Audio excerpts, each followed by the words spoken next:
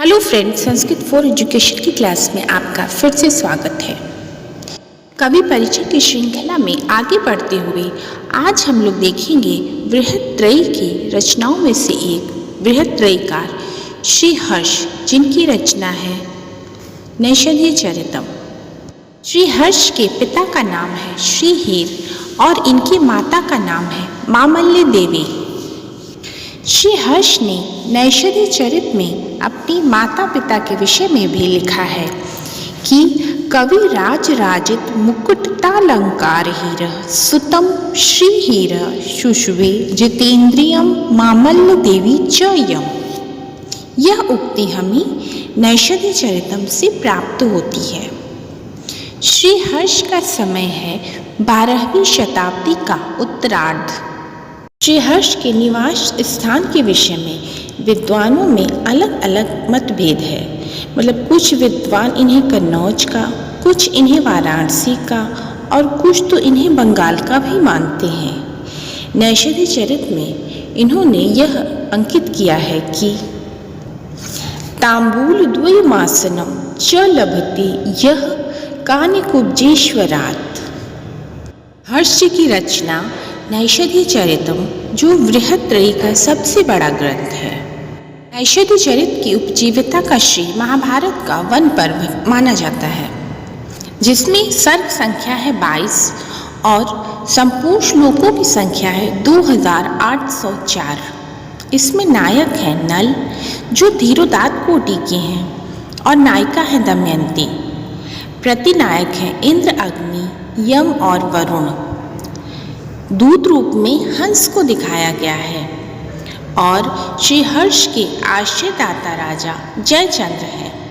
हर्ष ने अपनी रचना में वैदर्भी रीति का प्रयोग किया है और गुण, माधुर्य, ओज, प्रसाद अलंकार उन्होंने अनुप्रास, अन्य अतिशयोक्ति अलंकारों का प्रयोग किया है। छंद, श्री हर्ष ने 19 छंदों का प्रयोग किया है, जिसमें उपजाति प्रमुख है। नैषधीयचरित का मंगलाचरण वस्तु निर्देशात्मक कोटि का है। श्री हर्ष की प्रमुख रचनाएं हैं जैसे नैषधीयचरितम्, स्थैर्य विचार प्रकरण, विजय प्रशस्ति, खंडन खंड खाद्य, गौणोर्विशकुलम प्रशस्ति, आणव वर्णन, छिंद प्रशस्ति, शिव शक्ति सिद्धि, नव साहसांग चरितम चंपू और ईश्वराभिसंधि।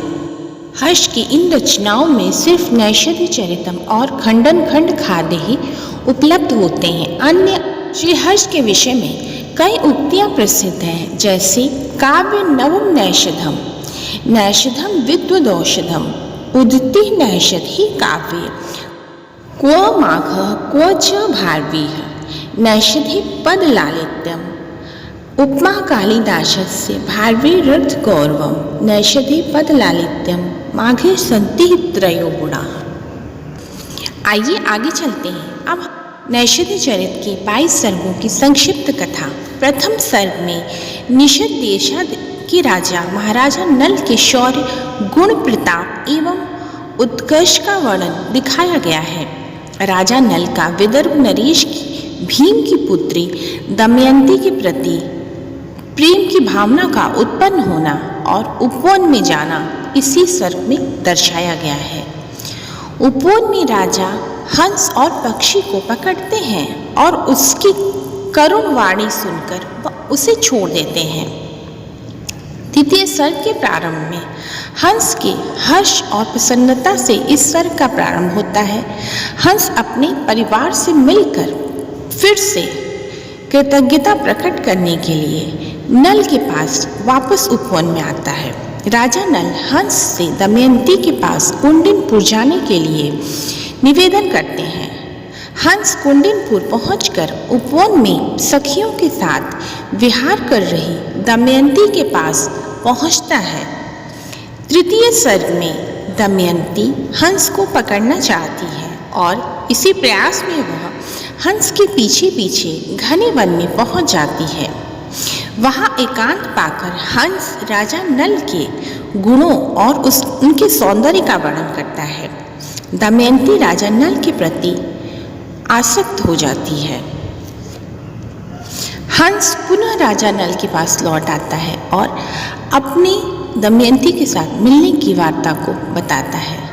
चतुर्थ सर्ग में दमयंती का वियोग अवस्था का वर्णन दिखाया गया है।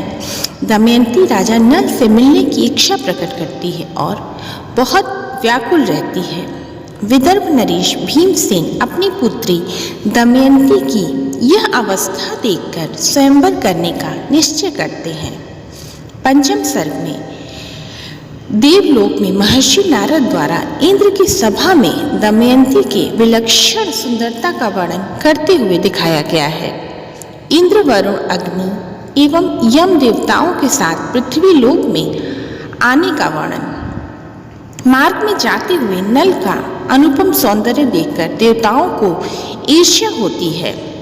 देवराज राजा नल को दमयंती के पास जाने के लिए कहते हैं एवं दमयंती इंद्र, वरुण, अग्नि और यम में से किसी एक का वर्णन करे ऐसा कहने को कहते हैं। राजा नल ऐसा करने के लिए विवश हो जाते हैं और इंद्र द्वारा उन्हें अदृश्य होने की शक्ति प्रदान की जाती है। षष्ठम सर्ग में राजा नल अदृश्य रूप से दमयंती के महल में पहुंचते हैं और देवताओं की जो दूतियां थी वो पहले से ही देवता को वरण करना है यह आग्रह कर रही थी, पर दमयंती उन्हें मना कर देती है। यह देखकर नल अत्यंत प्रसन्न होते हैं।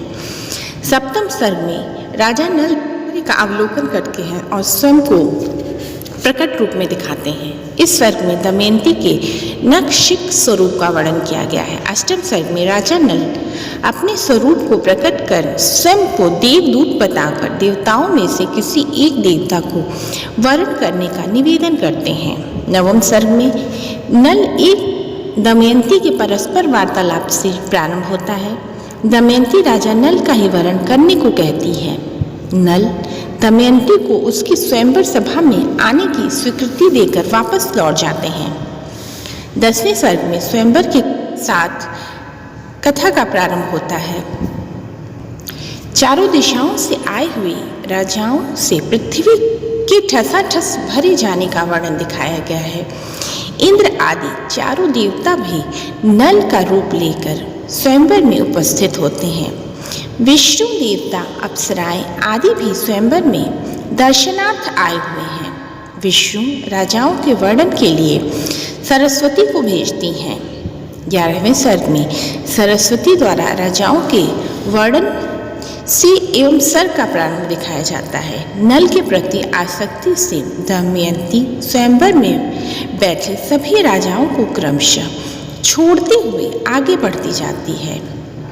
12वें सर्ग में विशिष्ट राजाओं के स्वयंवर में भी सम्मिलित होकर दमयंती द्वारा अपेक्षित होने का वर्णन दिखाया गया है। सरस्वती विभिन्न देशों के नरेशों का एक एक करके वर्णन करके उपरांत नल के समीप पहुंचती है।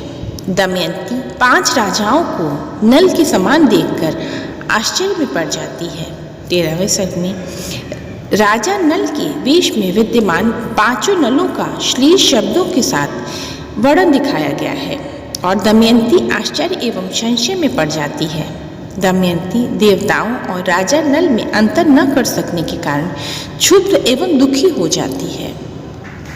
14वें सर्ग में दमयंती देवताओं का मानसिक पूजन करती है, जिससे देवता प्रसन्न होकर इन शब्दों को समझने की शक्ति प्रदान करते हैं।